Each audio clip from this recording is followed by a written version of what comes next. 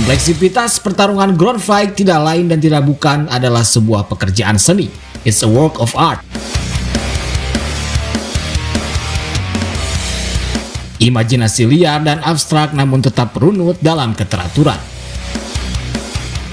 Dua petarung ini adalah seniman ground fight dengan level teknik tertinggi yang membawa mereka ke panggung mega event UFC 300. Charles The Bronx Oliveira, raja kuncian UFC yang juga mantan juara lightweight, akan menghadapi seniman ground fighter jenis lain yang sedang naik daun dan mencoba masuk dalam jajaran kontender tertinggi di lightweight.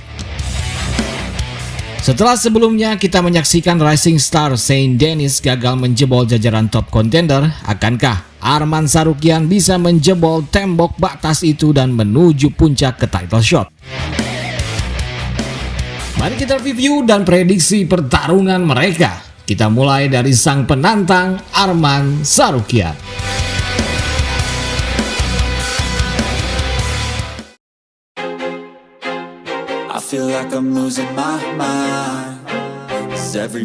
Sejak kekalahannya dari Islam Makhachev, Arman memang berkembang sangat pesat. Dan ia memang petarung yang sangat berbakat dengan potensi yang sangat besar. Skill dan tekniknya di atas rata-rata, terutama di area ground.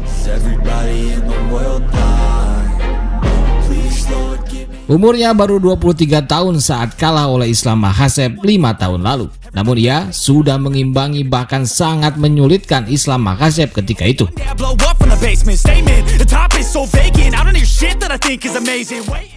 Dan sejak itu Arman berkembang sangat pesat, bukan hanya area groundnya tapi juga strikingnya yang menjadi sangat tajam dan powerful.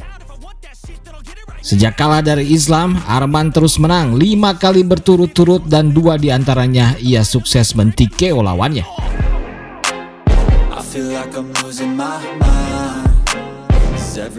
Percobaannya memasuki top 5 lightweight sempat gagal setelah dikalahkan Mateusz Gamrot. Namun ia bangkit menjadi jauh lebih kuat dan sangat matang. Ia meng-TKO Joaquim Silva dan yang terakhir ia menidurkan top contender lightweight Beneil Dariush. Kemenangan terbesar dalam karirnya ini membawanya ke perbincangan utama title shot. Namun ia harus melewati ranking 1 top contender lightweight Charles The Bronx Oliveira.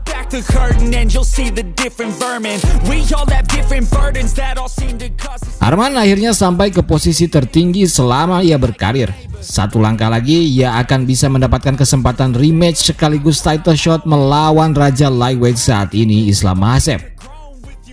Meski Islam mungkin akan terlebih dahulu melawan Poirier di bulan Juni, namun Arman berpotensi melawan Islam di Abu Dhabi akhir tahun ini jika ia bisa menang melawan Oliveira. Karena itu, fokusnya hari ini harus tertuju pada mantan raja lightweight Charles Oliveira. Oliveira masih yang terbaik setelah Islam. Ia sudah mengalahkan hampir seluruh top contender lightweight. Karena itu, Oliveira harus benar-benar menjadi fokus utama Arman saat ini. Melawan Oliveira di ground bagaikan melawan ular piton yang bisa melilit kapan saja ia lengah. Pendekatan apapun akan sangat berbahaya karena strikingnya juga sangat tajam dan berbisa. Ia benar-benar lawan yang sangat sulit, begitu well-rounded, begitu berbahaya, sangat tricky dan sangat beresiko. Namun Arman mempunyai grappling dan wrestling skill yang bisa dibilang di atas Oliveira. Arman bisa benar-benar mengikuti cara Islam menaklukkan Oliveira. Ia harus benar-benar menaklukkan Oliveira di ground dengan pressure maksimal, jangan sampai ada celah sedikit pun. Semua celah harus bisa Arman tutup, karena jika ada celah, seniman kuncian terhebat UFC ini akan membawa Arman ke dalam bahaya yang sangat besar. Selain itu, harus jelas juga target tujuan Arman jika ingin bermain di ground. Tidak bisa ia hanya sekedar membawa Oliveira ke ground tanpa tahu langkah berikutnya. Karena meski Arman sangat hebat di area ini, namun licinnya teknik BJJ Oliveira bisa sangat menjebak dan amat sangat bisa berbalik dalam hitungan detik. Untuk itu, mengalahkan Oliveira di ground adalah hal yang sangat sulit dan beresiko besar sebenarnya. Untuk itu, Arman harus menjadikan serangan ground ini sebagai second plan. Main plan-nya haruslah dengan striking. Striking Arman sudah sangat mumpuni. Ditambah takedown attempt yang bisa mengecoh Oliveira, seharusnya Arman sangat pede untuk bisa mengalahkan Oliveira dengan strikingnya. Selain resikonya tidak sebesar di ground, Oliveira juga beberapa kali terbukti mudah ter-knockdown, dagunya cukup rapuh. Ia selalu ter-knockdown di setiap title fight-nya, maka Arman harus menjadikan striking sebagai jalur kemenangan utamanya. Namun jika strikingnya ternyata tidak mempan, barulah ia melakukan hal terbaik yang ia bisa, yaitu bergulat.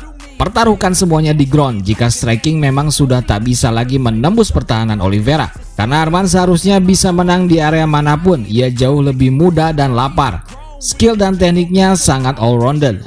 Tinggal strateginya saja yang harus benar-benar mampu mengeluarkan semua kemampuannya secara maksimal. Jika ia bisa melakukannya, maka Arman rasanya akan bisa dengan mudah mengalahkan Oliveira.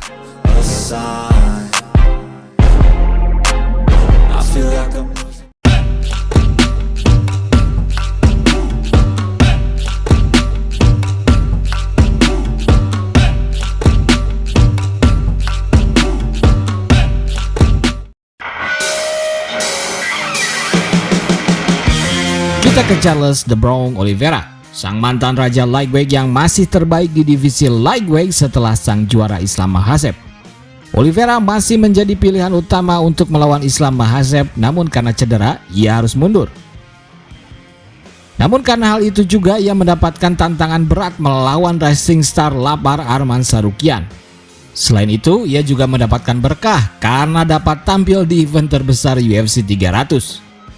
Terlebih, Oliveira versus Islam memang kurang menarik secara penayangan. Hype-nya sudah berlalu, tak akan seseru dan sebesar pertarungan pertama.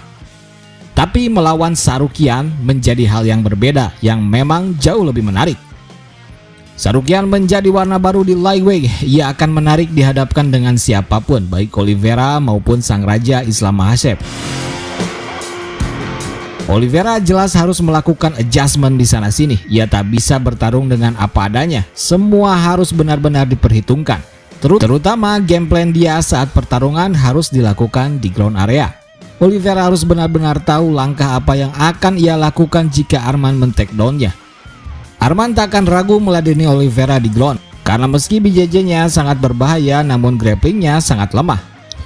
Grappling selevel Arman bukan hal yang bisa Oliveira abaikan, maka adjustment besar harus Oliveira tambahkan di area ini. Tak ada cara lain untuk Oliveira selain meningkatkan teknik grapplingnya agar bisa meredam pressure besar yang akan Arman bawa. Sedikit saja ia bisa menciptakan celah, maka peluangnya akan terbuka. Ia hanya perlu membuat celah untuk melancarkan teknik-teknik jujitsunya yang sangat tricky dan mematikan. Namun bagaimana jika Arman tidak membawa pertarungan ke ground? Maka mau tidak mau Oliveira harus bisa memaksakannya dengan setup-setup unik yang biasa ia lakukan. Masalahnya beradu striking dengan Arman rasanya jauh lebih beresiko dibanding bermain ground, di mana resikonya masih bisa diminimalisir. Dan juga peluangnya pun akan jauh lebih besar ketimbang beradu striking.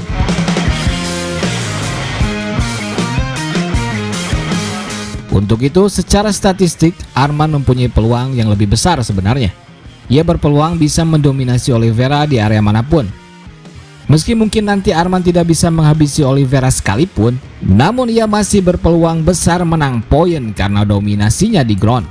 Oleh karena itu, secara statistik, rasanya Arman bisa kembali mencetak kemenangannya di UFC 300 nanti melawan Oliveira. Bagaimana menurut kalian? Siapa yang akan menang? Tulis saja di kolom komentar. Terima kasih sudah menonton. MMA Story pamit, sampai jumpa lagi di video berikutnya. Assalamualaikum warahmatullahi wabarakatuh. Thank you. Dua kali runtuh, namun dua kali juga mereka bangkit. Kerajaan Bani Saud yang kita sebut Saudi Arabia ini kini adalah kerajaan Arab terkuat, terbesar, dan terkaya. Mereka mengalami pasang surut dan perjalanan yang sangat pelik dan berdarah-darah, penuh pengorbanan yang tak terkira dan diiringi dengan banyaknya intrik politik, kontroversi, peperangan, dan pergolakan yang begitu dahsyat. Bagaimana semuanya berawal? Dari mana mereka? Siapa Bani Saud yang kini menjadi keluarga yang merajai Arab Saudi dan menguasai dua kota tersuci di muka bumi? Simak perjalanan panjang sejarah dan lika-liku menarik dari kerajaan Arab Saudi di video ini.